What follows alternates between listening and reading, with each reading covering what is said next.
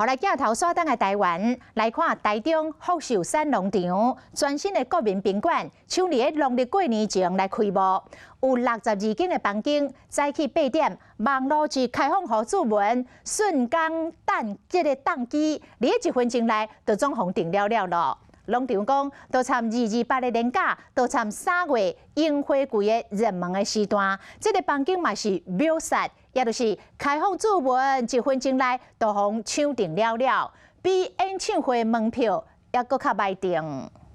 今天早上流量会比较大一点，进行稍后一下。柜台人员电话接袂离，拢是开来咧问福寿山订房间的网站乃小毒气。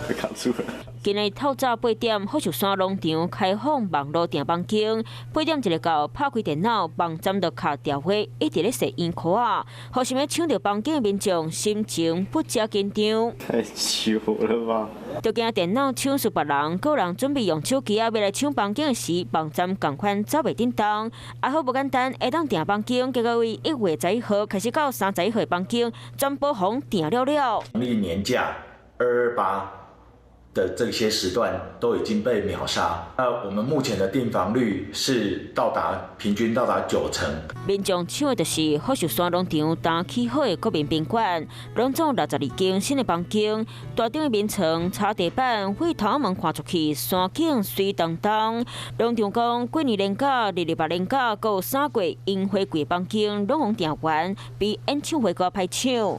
若受到欢迎的，还有武林农场，赶快当欣赏到真水云海。